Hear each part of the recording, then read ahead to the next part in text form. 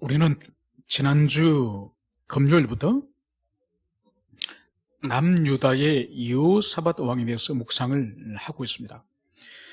그러니까 17장부터 여호사밧에 대해서는 20장까지 무려 4장씩이나 할애를 하는 것을 볼 수 있습니다.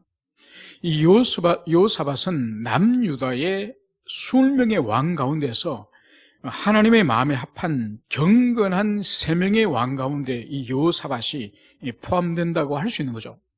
여러분, 남유다의 20명의 왕 가운데서 경건한 3명의 왕을 여러분들은 누구를 꼽을 수 있겠습니까?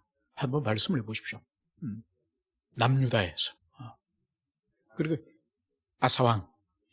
아사왕도 경건한 왕이었지만은 3명 안에는 들어갈 수가 없습니다. 그리고 우리가 아는 히스기야, 그리고 마지막 개역의 왕이었던 요시야, 그리고 이 여호사밧이에요.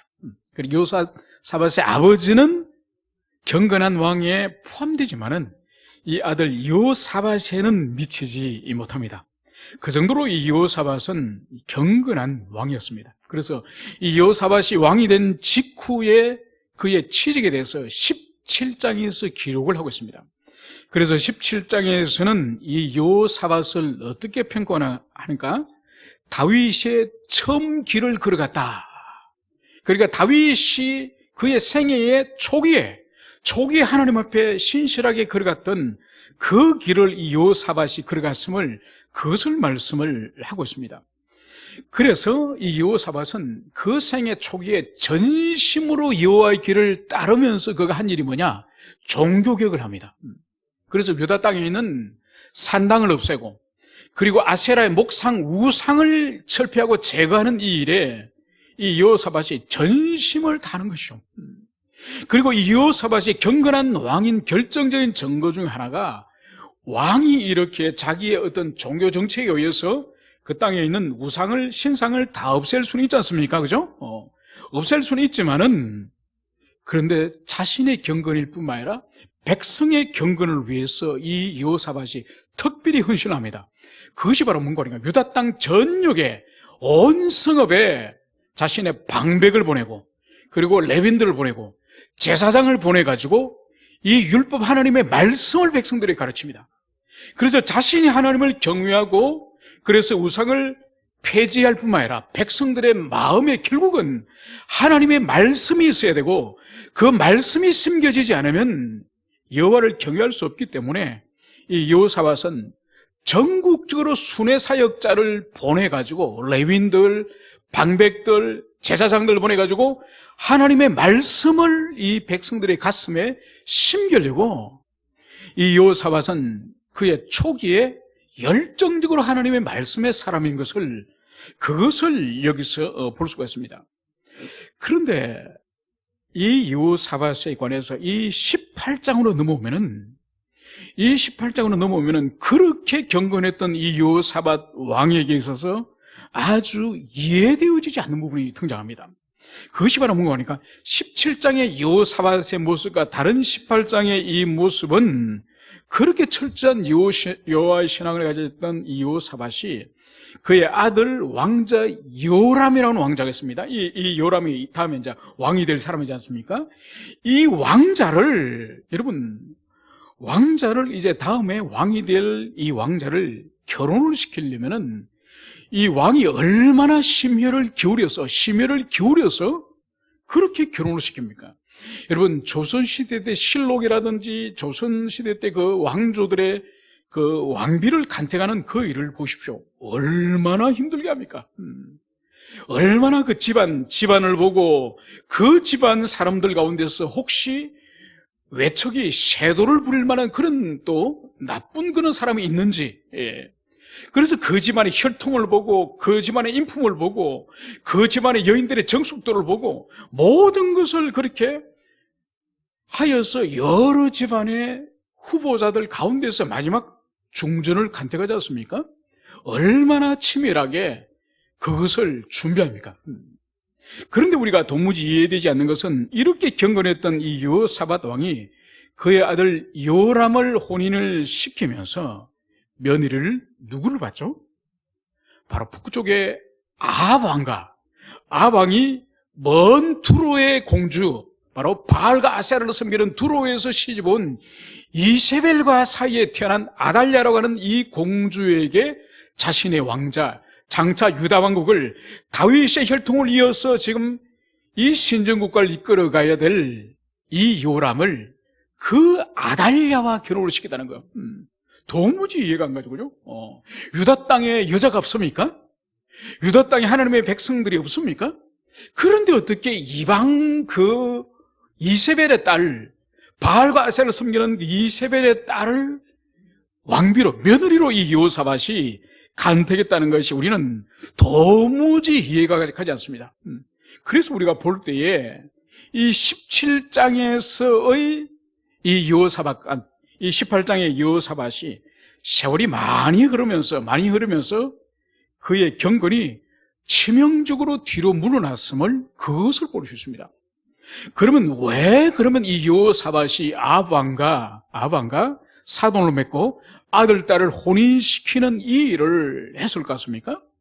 여러분, 추론해 볼 수 있는 것이 바로 뭔가 하니까 이 남유다와 이 북이스라엘은 오랜 세월 동안 적대적인 관계에 있어 왔지 않습니까? 적대적인 관계 속에서 전쟁을 치고 어려움들을 많이 당했는데 아마 이 시기쯤 여호사밧과 이 아합 시기에는 이 화해의 무대, 이 남북 이 같은 동족들끼리 이 화해의 무드에 아마 들어갔음이 분명합니다. 그래서 주변에 아람이라든지 아수르라든지 모압이라든지 암몬이라든지 수많은 외세들이 주변을 둘러싸고 있기 때문에 끊임없이 전쟁에 노출이 되어 있습니다.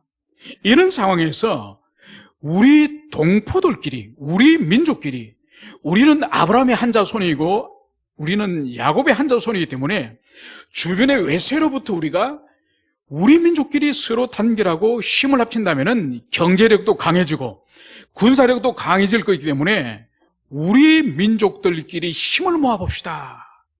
이런 아마 화해의 무도 이런 것이 이 시기에 있지 않았나 그렇게 볼 수 있는 거죠. 그런데 이 여호사밧이 큰 지금 착오를 한 것이 바로 뭔가요? 여호와의 신앙이 중심이 아니라는 거예요. 그러니까 여호와의 신앙은 이제는 뒤로 하고 우리가 한 혈통이라고 하는 거, 우리가 한 민족이라고 하는 거. 그래서 이것은 육적 이스라엘이 중심이 되는 그런 연대를 지금 형성하고자 하는 것이 바로 이 시대의 남북 이스라엘의 공통적인 관심사라는 것을 여기서 보여주는 거죠. 그런데 여러분, 하나님의 관점으로 볼 때는 혈통적인 이스라엘, 한 민족이고 한 혈통적인 그런 관계가 중요합니까? 아니면은 여호와의 신앙으로 한 신앙으로서 연합되는 신앙 공동체가 중요합니까? 이 말할 필요가 없는 거죠. 구약 성경에서 일관되게 하나님이 말씀하시는 것은 혈통이 중요한 것이 아니에요. 오히려 혈통이 다르더라도 기생 라합이라든지 룻이라든지 이런 이방의 여인들조차도 여호와를 경외할 경우에 다윗의 혈통 속으로 들어오도록 특혜를 주셨는가 하면은 혈통이 같더라도 여호와를 버린 자들은 그 여호와의 신앙으로부터 많은 사람들이 배교하였음을 이미 구약 성경에서는 그것을 보여주고 있습니다. 여러분, 고라 같은 사람을 보십시오. 고라 같은 사람. 여러분, 고라는 모세의 사촌이에요. 레위인으로서 모세의 사촌인 그런 고라도 여호와를 대적하고 모세를 대적하니 땅에 파묻혀 죽지 않습니까? 하나님의 심판을 받는 것이요. 여러분, 그리고 보십시오. 다윗의 자식이라 할지라도 하나님께서 다윗을 세우셨고 다윗 다음으로 솔로몬을 하나님이 세우셨다는 것을 알고 있음에도 불구하고 그 하나님의 뜻을 거역하여서 아버지를 죽이고 왕이 되고자 했던 압살롬을 주님이 어떻게 처리하십니까? 그를 나무에 달려서 창에 찔려 죽는 그런 비참한 심판을 하나님이 당하게 하지 않습니까? 그래서 하나님께서는 심지어 다윗의 자식이라도 여호와 신앙을 대적하는 죽임을 당하고 다윗의 자손이라 이방인을 할지라도 또 기생이라 할지라도 여호와를 경외하는 자는 그리스도 예수의 조상이 될 수 있는 혈통 속으로 들어오도록 하는 것이 바로 면면이 흐르는 이 이스라엘 백성들이 보여주신 여호와의 신앙이지 않습니까? 그런데 이 여호사밧은 그 젊었을 때의 경건을 상실했음이 분명합니다. 그래서 경제적으로 연합되어지면 더 강력해지고 군사적으로 남북이 연합되어지면 더 강력한 이 세상의 강성대국을 이 여호사밧이 일시적으로 그 유혹에 빠져 있음을, 그것을 여기서 볼 수 있습니다. 그래서 오늘 이 여호사밧이 이제 자식을 결혼시킨 이후에 2년이 지나고 나서 이제 사마리아를 방문하는 거죠.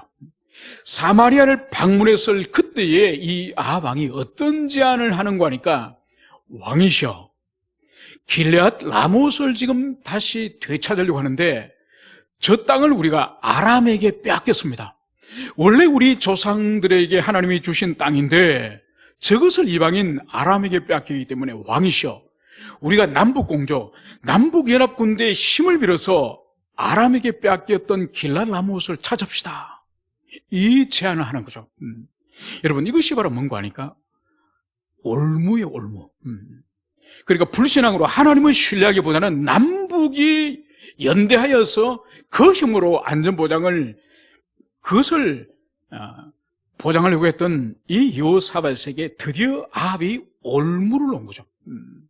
그래서 사돈을 맺었고 혼인동맹을 맺었기 때문에 이제 힘을 합쳐서 아람과 전쟁을 합시다. 이것을 아합 왕이 이 여호사밧 왕에게 제안한 거죠. 여러분, 예나 지금이나 전쟁은 어떤 의미가 있죠? 전쟁이라고 하는 것은 한 민족이나 한 나라의 운명이 걸린 거예요. 운명을 그 전쟁에 이제 맡겼기 때문에 전쟁에서 승리하면은 상대 국가를 정복하고 지배하고 약탈할 수 있는 특권이 있는가 하면은, 만약 지게 되면은 모든 수모와 모든 약탈과 살인과 방화가 일어나는 것이 이 전쟁의 패배의 일인 것이죠. 그래서 이 여호사밧은 아합의 제안을 받아들여서 함께 전쟁을 치기로 그렇게 합니다. 그런데 이 아합의 제안에 대해서 이 여호사밧은 신앙이 그래도 남아있었던 사람입니다. 그래서 먼저 우리가 이것을 여호와 하나님께 물어봅시다. 하나님의 뜻을 구해봅시다. 이렇게 아합 왕에게 제안을 하는 거죠. 그러나 아합 왕은 불편한 거죠. 자신이 계획하고 있는 것은, 이것은 하나님의 뜻과 상관없이 자신이 그 땅을 얻기를, 다시 되찾기를 원하는 건데, 그것을 굳이 하나님께 물어보자 하느니 그것을 거절할 수는 없고, 그래서 여호사밧의 제안을 받아들여서 이제 이 아합이 어떻게 합니까? 자신이 부리는, 자신에게 밥을 먹고 있는 그 거짓 선지자, 그 사람들을 부르다가 물어보는 거죠. 그래서 내가 지금 이 여호사밧 왕과 함께 우리가 잃어버렸던 땅 길앗 라못을 정복하라고 하는데, 여호와 하나님께 당신들이 하나님의 뜻을 물어주시오. 여러분, 그 사람들은 이미 아합의 식탁에서 아합에게 밥벌이를 하는 그런 직업적 선지자들이에요. 이 아합이 전쟁을 나가리라는 것을 이미 다 알고 있는 이 거짓 선지자들에게 질문은 할 필요가 없는 거죠. 그러니까 모든 선지자들이 만장일치로 왕이시여, 기꺼이 나가십시오. 기꺼이 나가시면 여호와께서 그 땅을 왕에게 주시리다. 여러분, 이것을 옆에서 지켜보던 여호사밧이 모든 사람들이 만장일치로 한 목소리로 하나님의 뜻이라고 말하는 것이 도무지 믿어지지 않는 거예요. 그래서 아합 왕에게, 아합 왕이여, 이 사람들 말고 다른 선지자가 없습니까? 그렇게 물으니까 아합이 불편하게, 한 사람이 있긴 합니다. 미가야라는 한 선지자 있긴 한데, 내가 하나님의 뜻을 물으면 그 미가야는 항상 기분 나쁜 흉조만 예언을 합니다. 그러자 여호사밧이 그래도 그 사람을 불러서 하나님의 뜻을 알고 싶습니다. 그래서 이 미가야 선지자를 부르지 않습니까? 그러니까 미가야 선지자는 처음에는 하나님의 뜻을 그대로 증거하지 않는 것이죠. 왕이여, 가든지 말든지 당신 마음대로 하세요. 여호와 하나님이 그 땅을 주실 겁니다. 그러니까 이 아합이 정색을 하고 진실을 말할 것을 종용하지 않습니까? 그제서야 이 미가야 선지자가 하나님께 주신 계시를 그대로 말씀하는 거죠. 그 내용이 뭐였습니까? 잠시 전에 하나님께서 천상에 하나님의 어전에 천사들을 모아서 하나님이 천사들에게 질문하는 거죠. 이번 길랄 나무 전투에서 내가 반드시 그곳에서 아합을 죽이고 싶다. 아합을 어떻게 죽이면 좋을까? 너희들이 지혜를 내봐, 방책을 내보도록 하라. 이 여호와의 말씀 앞에 많은 천사들이 이런 방법 저런 방법을 내지만은 한 천사가 나와서 어떻게 말을 하죠? 하나님이시여, 제가 아합이 부리는 모든 선지자 입에 거짓말을 넣겠습니다. 그래서 내가 거짓말을 그들에게 넣어서 그 방식으로 아합을 죽이도록 합시다. 그러니까 여호와 하나님이 그 말이 성취될 것을 허락한 거죠. 그래서 이제 아합이 선지자들을 다 불러서 내가 전쟁터에 나가는 것이 하나님의 뜻이냐? 물었을 때 이미 하나님의 천사가 이 선지자들 입에 거짓말을 다 넣었기 때문에 그 사람들은 한 목소리로 왕이여 올라가십시오. 여호와 하나님께서 그 땅을 주셨습니다. 그러니까 그 모든 만장일치적인 선지자의 그 말은 바로 하나님의 허용하심에 의한 거짓말의 영이 모든 선지자 입에 들어간 거죠. 그리고 이 말을 들은 그 옆에 있었던 시드기야로 하는 이 거짓 선지자가 이 미가야 뺨을 때리는 거죠. 언제 하나님의 영이, 언제 성령님이 나를 떠나서 너에게 들어가서 예언을 시켰냐? 그러면서 뺨을 때리면서 이제 아합 왕은 이 미가야 선지자를 감옥에 가둡니다. 내가 돌아올 때까지 수고의 떡을 먹여라. 그러면서 감옥으로 보내는 거죠. 감옥으로 보내면서 이제 떠나면서 27절이 미가야가 마지막으로 이제 아합을 마지막으로 보면서 하는 말이 27절의 말씀이에요. 왕이 참으로 편안히 돌아오시게 된다면 여호와께서 내게 말씀하시지 않으시리다. 또 이러시되 너희 백성들아 다 들을지어다. 여러분, 미가야가 이제 감옥으로 끌려가면서 만약 왕이 진짜로 참으로 무사히 돌아온다면 하나님은 나에게 이런 말씀을 주시지도 않았습니다. 이 말을 마지막으로 하면서 그러면서 주위에 있는 신하들과 모든 백성들에게 여러분 똑똑히 이 말을 들으십시오. 똑똑히 이 말을 기억하십시오. 이렇게 이제 이 아합과 여호사밧 앞에서 이 미가야는 외치고 감옥으로 간 거죠.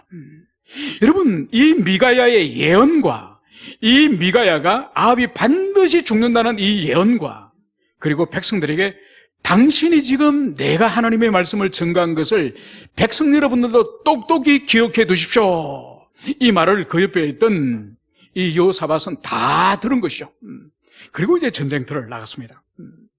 오늘 29절에 보면 이 이스라엘 왕이 여호사밧에게 나는 변장을 하고 전쟁터로 들어가려 하오노니 당신은 왕복을 입으소서. 이스라엘 왕이 변장하고 둘이 전쟁터로 들어가니라. 여러분, 여기서 볼 수 있는 것이 바로 뭔가요? 이 아합에게 있어서 그가 차라리 듣지 않았으면 좋았을 텐데 이 미가야의 예언, 미가의 선지자의 이 예언을 이 아합이 들은 거예요. 여러분, 이 아합은 자신의 상에서 밥을 먹여주는 이 선지자들이 자신이 부리는 종이지 하나님의 선지자가 아니라는 것을 이 아합도 아는 거예요. 그러니까 자신이 마음대로 부릴 수 있는 종교적인 그러한 허수아비 불구한 이들에게 하나님이 말씀을 주시지 않으셨고 진짜 하나님의 종은 미가야라는 것을 이 아합도 아는 거예요. 그러니까 두려운 거죠. 죽는다고 하니 두려운 거죠. 그래서 이 아합이 나름대로 오늘 머리를 쓴 것이 바로 뭔가요? 변장을 한 거죠, 변장.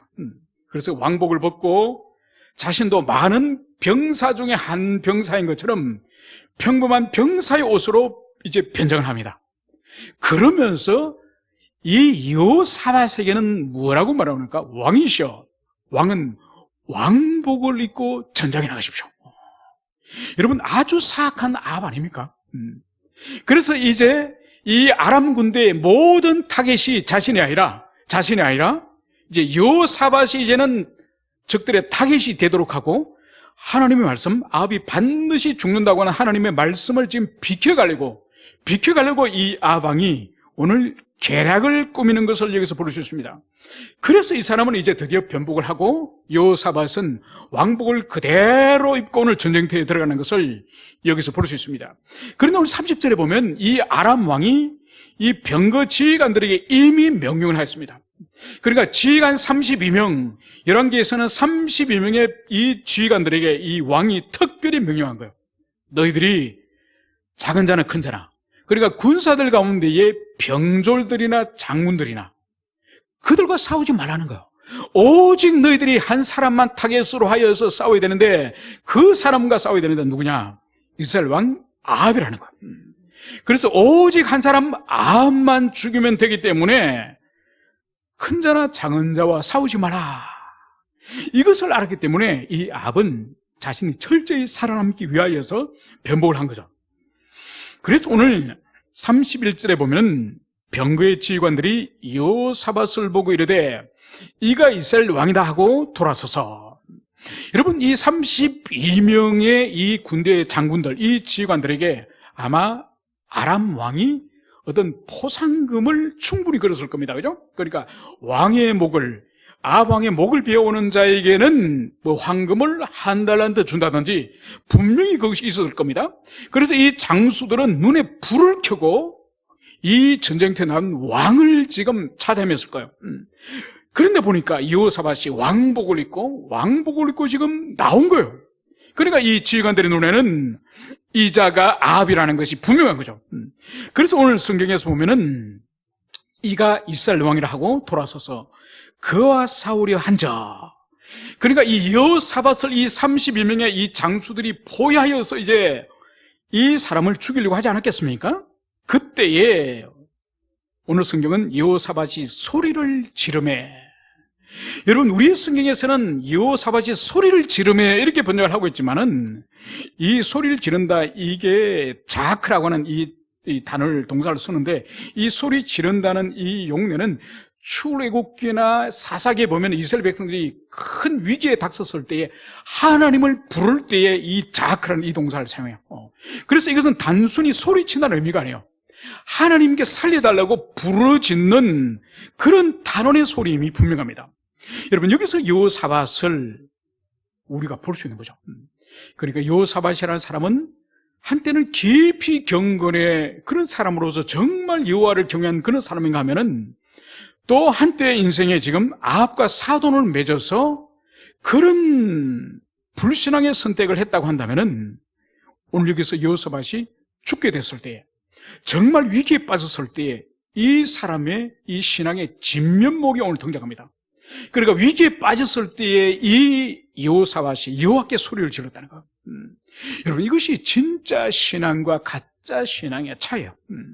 그러니까 여러분 평소 평화로울 때거나 안 그러면은 그 사람의 개인이거나 가정적으로 어떤 어려움이 없을 때에 평온한 시기에는 사실 그 사람의 신앙의 진면목이 뭔지를 알 수가 없는 거죠. 그런데 그 사람의 정말 감당할 수 없는 그런 위기나 곤란이나 환란이 그 사람에 닥쳤을 때는 정말 그 사람 속에 과연 무엇이 있었는지 그것이 드러나는 거죠. 바로 이 여호사밧이 아합과 감히 사돈을 맺을 정도로 불신앙에 떨어졌지만은 오늘 죽음 앞에서 오늘 이 여호사밧은 하나님께 간절히 소리 질렀음을, 그것을 여기서 보여주고 있습니다. 바로 여기에 대해서 오늘 하나님의 반응이 바로 뭔가요?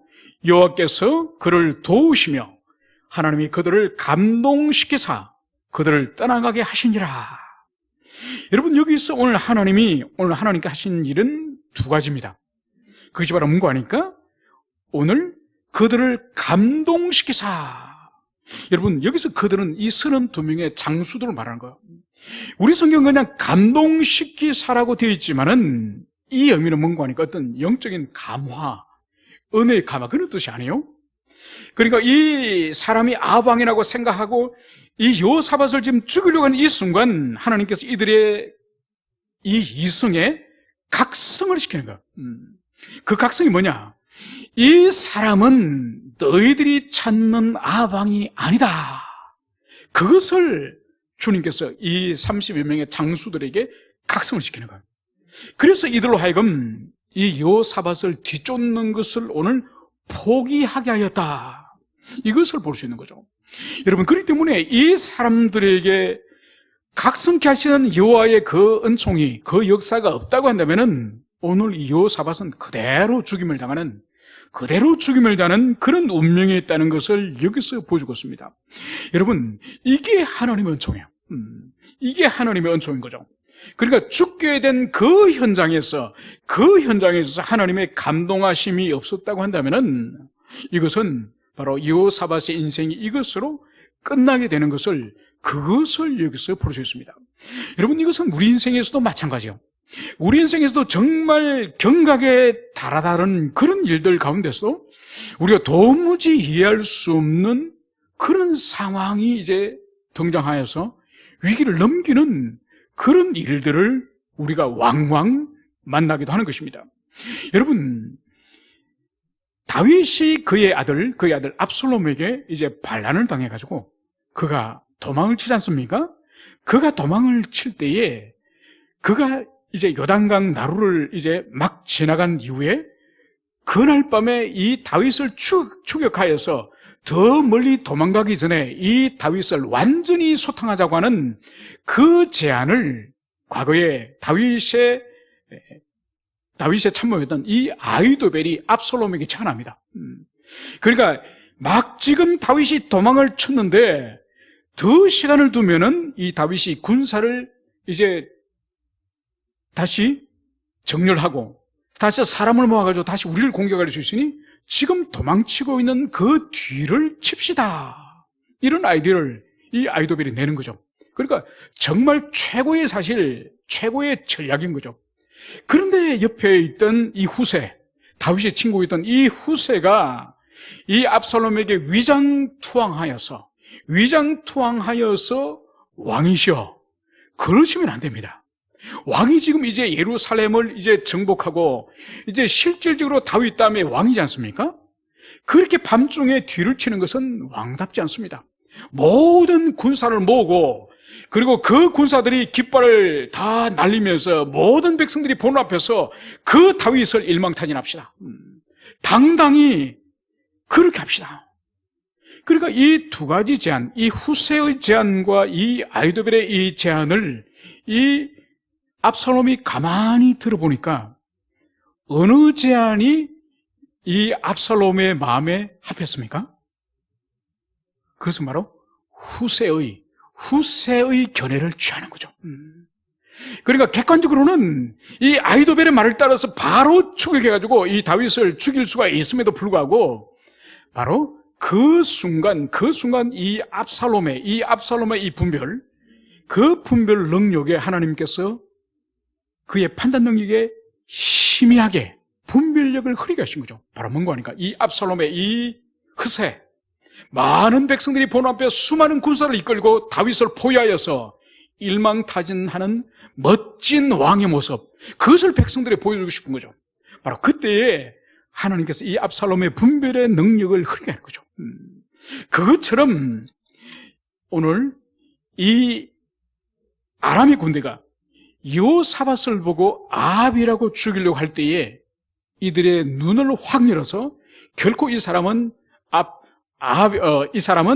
이 아합 왕이 아니라 여호사밧이라는 것을 눈을 열어주신 분은 하나님이신 그것을 우리가 기억해야 될 것입니다. 그래서 오늘 이 아합은 정말 인간의 그런 꾀답게 그렇게 이제 위기는 여호사밧에게 이제 몰아주고 자신은 이제 그 위기에서 모면하려고 하는 이 순간에 오늘 33절에 보면 아람의 군대에 한 사람이 무심코 활을 당겨, 그러니까 아람 군대의 어떤 한 사람이 아합이나 여호사밧을 맞추겠다고 하는 특정한 사람을 겨냥한 활이 아니라 무심코 활을 당기던데 그 활의 시위가 떠나면서 어떻게 되느냐, 이스라엘 왕의 갑옷 솔기를 손지라. 그 화살이 정확히 날아가서 어디를 맞추는가 하니까 갑옷을 맞춘 게 아니에요. 이 갑옷 솔기라는 것이 바로 뭔가 하니까 이 갑옷이라고 하는 것은 여러 조각을 이어 붙이는 거지 않습니까? 머리에는 투구를 쓰고, 이 옷에는 이 어깨와 팔을 보호하는 이 견갑이 있고, 이쪽 견갑이 있고, 이 견갑과 이 가슴에 이 흉배를 보호하는 것이 있고, 이 복부 아래를 보호하는 것이 있고, 여러 갑옷 조각으로 구성된 것이 갑옷이에요. 그런데 이 우연히 무심코 쏜 화살이 정확히 날아가지고, 바로 갑옷과 갑옷의 이 틈, 솔기를 정확하게 맞춘 거예요. 그러면서 이 화살에 맞은 이 아합이 이제 자신의 전차를 모는 자에게 이렇게 말합니다. 내가 부상을 하였으니 내 손을 돌려 나를 진중에서 나가게 하라. 그러니까 이 아합이 지금 화살에 맞았기 때문에 이제 빨리 이 전선에서 빠져나서 부상을 치료하며 살 수 있지 않습니까? 치료하며 살 수 있는데, 그런데 34절은 이렇게 말씀하고 있습니다. 이날 전쟁이 맹렬하였으므로 이스라엘 왕이 병거에서 겨우 지탱하며 저녁 때까지 아람 사람을 막다가 해질점에 죽었더라. 여러분, 그 갑옷 솔기에 우연히 쏜 화살이 맞았다고 한다면은 이제 빨리 전차를 몰아서 진중으로 돌아가서 의사에게 치료를 받으면 이 아합은 죽지 않습니다. 그런데 이날 전쟁이 얼마나 맹렬했던지 이 아합이 이 전쟁터 밖으로 전차를 몰고 나갈 수가 없는 거예요. 그러니까 오늘 성경은 해질 때까지, 저녁 때까지 아람 사람을 막다가 결국은 해질점에 이 아합이 죽었다는 거예요. 여러분, 여기서 볼 수 있는 것이 바로 뭔가요? 반드시 하나님께서 이 아합을 길랄 라못, 이 전쟁터에서 하나님께서는 그의 생명을 거두시기로 작정하시기 때문에 인간적으로 변장을 한다든지 인간적인 어떤 음모를 꾸며서 여호사밧에게 대신 타겟이 되게 하고 자신은 위기를 모면하려고 하는 그런 음모를 꾸민다고 이 죽음을 모면할 수 있는 것이 아니라는 거죠. 그것도 특정한 사람을 맞추려고 쏜 화살이 아니라 무심코 우연히 쏜 화살이, 그것도 갑옷과 갑옷의 틈에 그새에 맞고, 그리고 빨리 나가서 이제 치료하며 살 수 있지만은 맹렬한 전쟁 때문에 해질녘까지 적군과 싸우느라고 결국은 전차 위에서 죽고 마는 이런 모습을 여기서 볼 수 있습니다.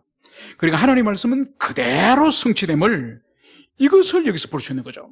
이제 장면이 이제 19장으로 바뀝니다. 유다왕 여호사밧이 편안히 예루살렘에 돌아와서 그의 궁으로 들어가니라. 여러분, 오늘 성경은 유다왕 여호사밧이 평안히 예루살렘에 돌아와서 궁으로 들어갔다고 말씀을 하고 있지만은, 여러분 진짜 평안히 예루살렘으로 들어왔습니까? 여호사밧이? 그렇지 않죠. 죽다가 살아난 거죠. 구사일생이죠. 하나님의 도우심, 하나님의 은총이 아니고는 이 여호사밧은 절대로 살아남을 수 없는 그런 상태인 것을 우리는 알고 있습니다. 바로 이때에 오늘 2절에 보면은 이 하나님의 아들 선지자 이 예후라고 하는 이 인물이 오늘 전쟁터 나가서 돌아오는 이 여호사밧 왕을 오늘 맞이합니다. 그래서 오늘 하나님의 메시지, 하나님의 말씀을 오늘 전달하고 있으니 그 메시지가 바로 뭔가요? 왕이 악한 자를 돕고 여호와를 미워하는 자들을 사랑하는 것이 옳으니까. 여러분, 오늘 이 선지자 오늘 예후는 지금까지 여호사밧이 북이스라엘의 아합 왕과 혼인 동맹을 맺고 그리고 힘을 합쳐서 이제는 아람과 함께 전쟁을 친 이 모든 일에 대해서 오늘 하나님의 말씀을 그대로 오늘 대언하는 것을 볼 수 있습니다. 그것이 바로 두 가지죠. 첫 번째가 뭐죠? 왕이 악한 자를 도왔던 것. 여러분, 이 여호사밧에게 있어서는 아합 왕이 사돈이고 자기 며느리의 아버지 어머니지만은 하나님의 눈에 볼 때는 이 아합이 어떤 자입니까? 악한 자예요, 악한 자. 여러분, 이것이 중요한 거예요. 아무리 자신이 혼인 동맹을 맺고 민족 공동체를 이루고 민족 연대를 이루고 남북이 함께 이제 외세와 대항하여서 싸우자고 하는 그런 맹력을 하더라도 하나님의 눈에 볼 때는 이 아합은 우상을 숭배하는 악한 자라는 것. 그래서 어떻게 다윗의 후손, 다윗의 자손, 그래서 메시아가 올 이 거룩한 통로인 이 여호사밧이 어떻게 악한 자와 이제 연합하여 악한 자를 돕느냐? 이것을 주님이 탄핵을 하시는 것이고, 두 번째로는 여호와를 미워하는 자들을 사랑하는 것이 옳으니까. 여러분, 하나님을 미워하는 자, 하나님을 정화하여서 우상을 숭배하고 하나님의 율법을 짓밟고 하나님의 창조질을 짓밟는 그런 자들을 사랑해서는 안 된다는 거예요. 그래서 그것이 당신은 옳습니까? 이 말씀을 여기서 하고 있는 거죠. 여러분, 이것은 오늘날 우리들에게도 그대로 오늘날 우리에게도 적용되어집니다. 여러분, 세상 사람들에게는 적용되어지지 않습니다. 세상 사람들에게는 1차적으로 적용되지 않지만 교회인 우리에게는 이 말씀이 그대로 적용되어지는 거죠. 그리고 하나님을 대적하는 악한 자, 그리고 하나님을 미워하는 그 악한 자를 사랑하고 그런 자들로 연합하는 그것은 옳지 않은 거죠. 여러분, 이번 주에도 지난주였습니까? 한국의 대표적인 교단의 총회장이라고 하는 사람이, 여러분, 과거에 정주영 회장이 소를 몰고 올라갔다 한다면은 이제 한국교회는 염소라도 몰고 와야 된다. 여러분, 그런 발언을 했습니다. 여러분, 오늘 이 여호사밧에게 오늘 예후가 준 이 말씀을 그대로 오늘 적용해 본다고 한다면은, 여러분, 통일부 장관은 그런 말을 할 수 있습니다. 그 사람들은 자기의 사상과 자기의 정치적인 견해 때문에 그런 말을 한다지만은, 하나님의 교회, 그리스도 교회의 사역자들이, 여러분, 오늘 이 말씀을 적용할 때 악한 자를 돕고, 그리고 여호와를 미워하는 자를 사랑하는 것이 옳으니까, 여러분, 이 말씀을 대입한다면 절대로 옳지 않은 거죠. 분명히 주체 사상이라고 하는 것은, 여러분, 그것은 적그리스도의 사상 가운데서도 이 세대에 가장 흉악한 거죠. 그래서 공산주의로부터 그들이 출발했지만은 이미 공산주의를 벗어나서 거대한 사교 집단이지 않습니까? 여러분, 북한은 공산주의가 아니에요. 거대한 사이비 종교국가예요. 여러분, 그 상징물이 뭐죠? 그 상징물이 바로 지금 평양에 그 만수대에 있는 거대한 황금 신상이지 않습니까? 여러분, 그 황금 신상이 어떤 자리인지 아십니까? 그 신상은 1907년도 오늘날 이 한국 교회를 탄생시킨 1907년도 평양 대부흥을 가져온 그 산정형 교회 그 틀을 허물어버리고 그 터 위에 이 황금 신상을 세운 그 나라가 북한이에요. 여러분, 어떻게 거기에 염소떼라도 몰고 가고 거기에 돌이라도 대주고, 여러분, 그들과 어떻게 연합이 될 수 있습니까? 여러분, 세상 정치와 세상 정부는 그 짓을 하자고 소리를 칠 수 있을지는 모르지만은 그리스도의 교회, 하나님의 교회는 절대로 있을 수 없는 거죠. 여러분, 그 일은 앞으로 하나님께 큰 징계를 받을 것이고, 그것을 박수치고 그것을 용납한다면은 하나님께로부터 큰 책망을 이 한국교회가 받을 것입니다. 이제 말씀을 정리하고자 합니다. 오늘 주님께서는 이 여호사밧이 부분적으로는 그가 패역하였고 부분적으로는 그가 변절되었지만은 그러나 그의 중심과 내면을 알고 있습니다. 그래서 오늘 마지막 3절에서는 이렇게 말씀하는 거죠. 그러나 왕에게 선한 일도 있으니 이는 왕이 아세라 목상을 이 땅에서 없앴고 마음을 기울여 하나님을 찾음이니라. 여러분, 이 말씀을 예후가 증거하고 이 말씀을 오늘 그대로 여호사밧이 받는 거예요. 여러분, 여호사밧이 그의 아버지 아사와 다른 점이 바로 이거예요.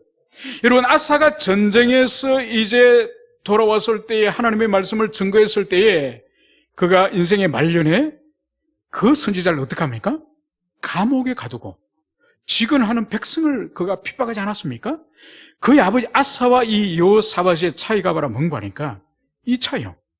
이 가슴에 받아들이기 쓴 하나님의 말씀을 하였지만은 이 여호사밧은 그대로 받아들입니다. 그래서 그러므로 여호와께로부터 진노하심이 왕에게 임하리다. 하나님의 진노가 이제 왕에게 있을 것이다. 이 말씀을 받고 나서 이 여호사밧에게는 두 가지 일을 합니다. 이것이 바로 어제 오늘 우리가 묵상한 이야기죠. 그래서 여호사밧은 자신의 왕의 초기에 했던 종교개혁하고 비교할 수 없는 철저한 종교개혁을 하고 더 나아가서 사법제도를 완전히 개혁합니다. 하나님의 정의, 하나님의 공의가 이 사법제도, 이 재판에 임하도록 19장에서는 철저하게 그것을 이제 계획을 하고, 그리고 20장에서는 이제 무슨 일이 있느냐. 오늘 우리가 묵상한 내용이죠. 바로 모압과 암몬과 에돔과 심지어 이 아람이 다시 거대한 연합군을 이루고 이 여호사밧을 그의 인생의 말년에 이제 쳐도는 거죠. 바로 이것을 오늘 우리가 묵상을 했지만은 이 거대한 전쟁 앞에서 이 여호사밧은 다시 주님 앞에 무릎을 꿇습니다.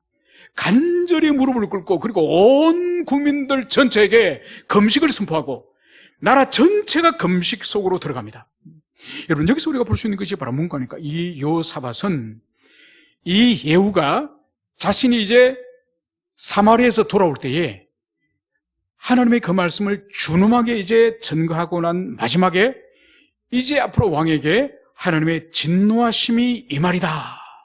그 말씀의 뜻이 무엇인지 이 거대한 연합 군대가 쳐들어왔을 때에, 이 전쟁은 내가 오래전에 아합왕과 이제 사동을 맺고 혼인 동맹을 맺어서 그 악한 자를 돕고 여호와를 미워하는 자를 사랑하는 그 형벌이, 그 징계가 드디어 이렇게 인생의 말년에 전쟁으로 왔구나. 이것을 이 여호사밧이 깨달은 거죠. 그래서 자신도 주님 앞에 엎드릴 뿐만 아니라 온 백성들, 심지어 어린 아이들까지 하나님 앞에 금식과 자복하도록 그렇게 하는 거죠. 그래서 이 여호사밧이 하나님의 징계를 그대로 믿음으로 받아들이고 엎드리고 기도할 때 하나님이 어떻게 응답하셨습니까? 하나님이 그들의 그 간구를 기쁜 마음으로 받으시고, 이 전쟁은 너희들과 할 전쟁이 아니다.